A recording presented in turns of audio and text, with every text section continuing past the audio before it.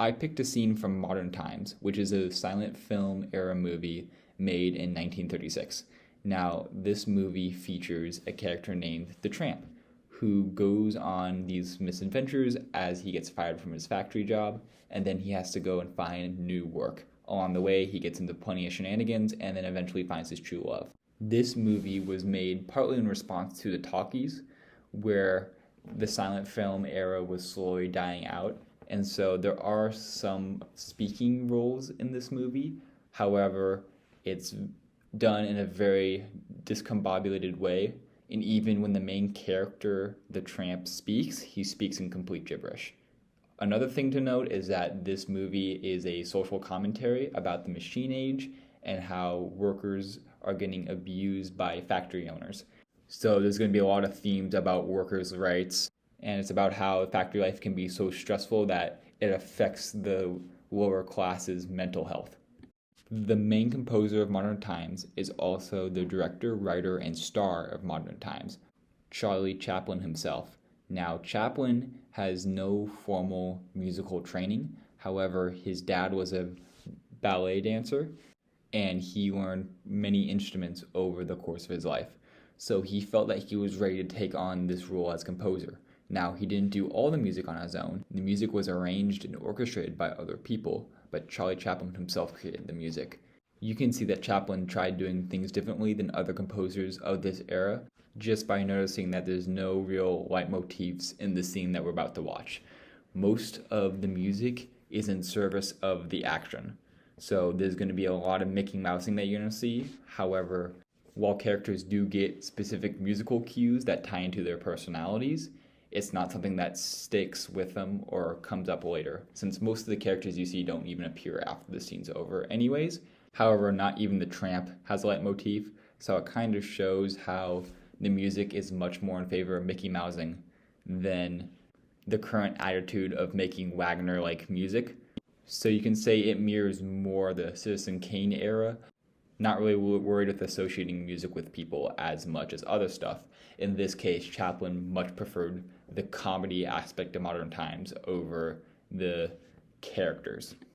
Also, you need to keep in mind that the Tramp has appeared in many films before, so people are already very comfortable with who he is as a character. Okay, let's get started with our scene. So, for context, the boss man just ordered more production, so the conveyor belt just got faster, which gets mirrored by the fact that the piece is very allegro. The phrases are very allegro. It's also very disjunct as well.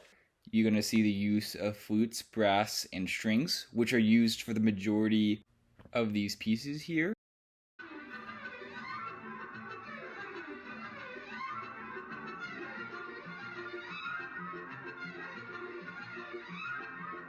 Now the music transitions into a conjunct melody that is xylophone, which is our fourth bit of timbre. Now part of this is for Mickey Mousing purposes, as the tramp is screwing on the screws, the music is in time with that, but it also kind of shows how the tramp is being put under pressure.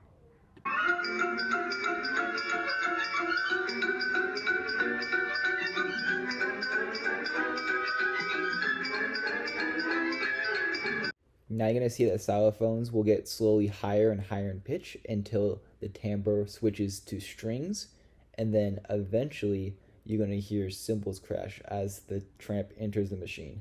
Now this shows that the tramp is going crazier and crazier and he's losing his mind.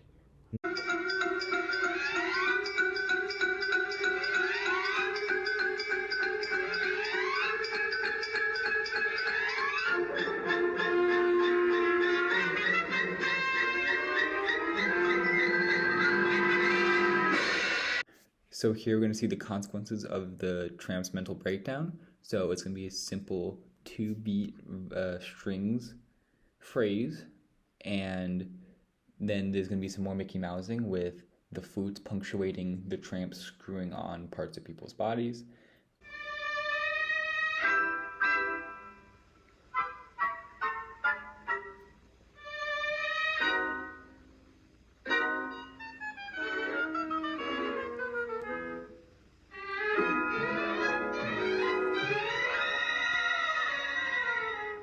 This chase scene is just a simple 2-beat melody that's disjunct. It is a little weird because this is supposed to be like kind of urgent, but the music sounds like very calm and almost kind of peaceful. I think that part of the issue is that the timbre is strings.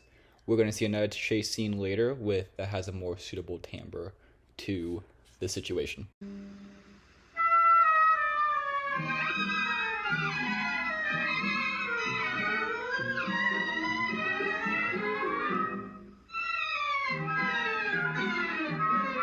We're going to see another lady enter the scene.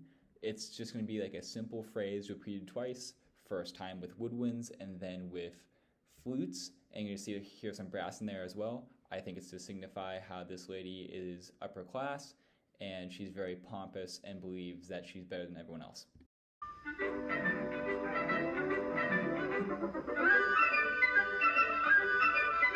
So now for this chase scene, we're going to see a very simple conjunct melody here. However, every time the phrase is repeated, the timbre switches up. So first it's violin, and then it's viola, and then finally it's violin and brass. Now, this actually reminds me a lot of earlier in the scene when the tramp was in his job screwing up the bulbs. So it makes me think that Modern Times is trying to say that the tramp can't tell the difference between his work mode and his everyday life mode.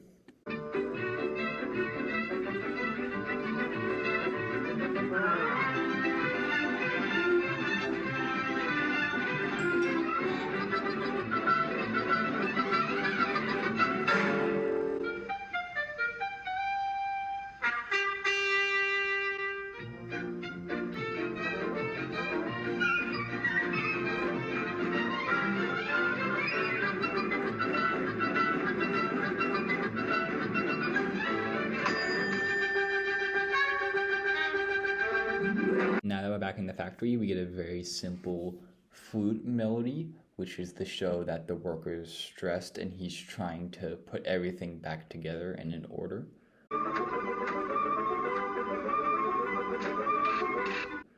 But as the tramp starts to mess things up, we're going to hear a new melody play that's going to be expanded upon, or the timbre is going to change as this scene progresses. So right now it's going to be brass that's punctuated by a xylophone.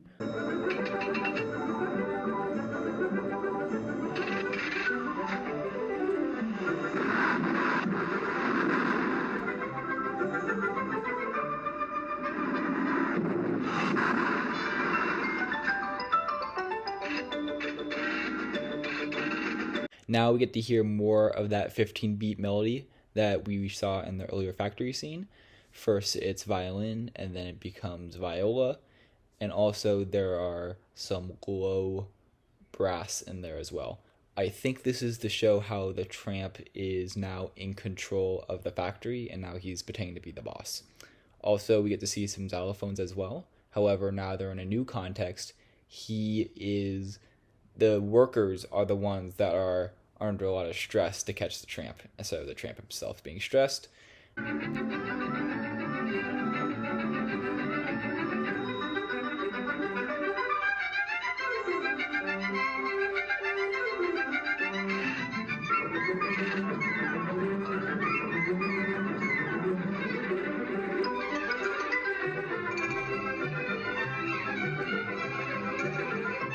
And finally, now that the tramp is in the custody of the police, we get a very simple 4-note brass disjunct phrase. And it's repeated over and over, punctuated by some Mickey Mousing when the tramp sprays some people with oil.